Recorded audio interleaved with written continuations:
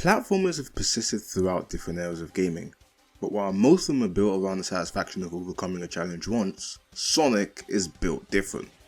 Throughout the series, these games have encouraged replaying levels to master the level design and overcome the challenge in style. Unfortunately, Sonic games have a much higher floor than many platformers, and many people can't appreciate the beauty of them as a result, which has led to many games getting middling critical reception.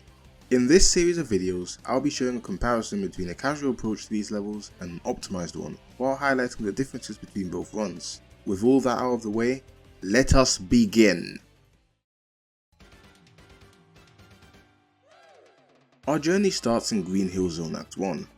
After all, it is the very first level you play in Generations. While the casual moves around at a comfortable pace to get a feel for the controls, our speedrun instantly spin dashes to get a move on. For those unaware, the spin dash in Sonic Generations operates a bit differently to the classic games. In those, you had to hold down on the D-pad and mash the A button at a standstill to rev up.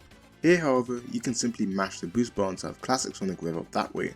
And while the old method does still work in this game, it's way slower to pull off. And whereas our speedrun already knows this, it takes a while for our casual to realise. After that opening section however, both runs take a relatively similar path, with the speedrun optimizing time through spin dashes and jumps. It should be noted that the casual is up to grips with the way Sonic handles at this point of the level, and hence is able to react to the relatively slow reaction set pieces at this stage. As both approach the bridge, the casual takes a lower path due to a slow approach, and takes a while getting over a slope due to a lack of momentum. As for the speedrun, they ignore all of that shit and simply spin dash off the ledge, bouncing on an enemy and setting themselves up perfectly for the next section. While our casual decides to explore the surroundings a bit and gets a red ring for it, our speedrun pulls off a double double spin dash jump, in order to skip the platforming and get right to the tail end of the level. Through route memorization, optimal use of spin dashes, and a full understanding of Generations physics, the speedrun manages to shave almost a minute off the casual's run.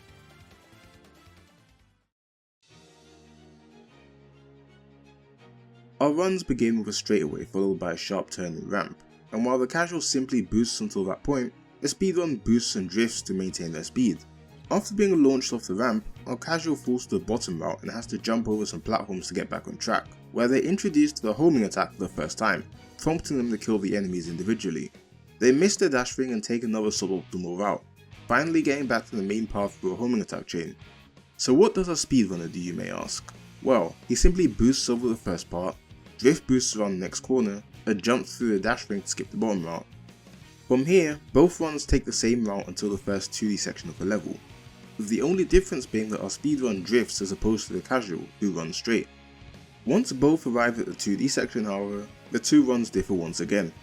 While our casual falls to a lower pathway due to Sonic's speed, the speedrun immediately slides to conserve speed. Anyways, after that, our speedrun jumps to a higher pathway, and optimizes it through careful use of tricks and boosting at the right time. Both runs eventually converge, and whereas the casual loses a bit of time due to having to engage with a lower bit of level, the speedrunner simply jumps over it all. Both runs once again converge and play rather similarly, with the biggest difference being that our speedrunner jumps over the speed booster present on the rail, as they slow you down if you're going above a certain speed. Following that, we get taken to the final 2D section of the stage. The casual misses out on the rail and goes to a lower route which takes way longer to traverse, while the speedrun hops on it and takes the faster route. Both routes eventually converge for the final stretch of level, where the speedrun chooses to stomp through the bridge and access a shortcut, while the casual homing attacks the enemies and proceeds straight. From there though, both head to the end of the level in similar fashion. Through route optimization and a full understanding of the game's mechanics, the speedrun manages to save over 40 seconds. And that about wraps it up for this video. If you enjoyed this, let me know what levels you'd like to see get the casual vs speedrun treatment. As always, peace out.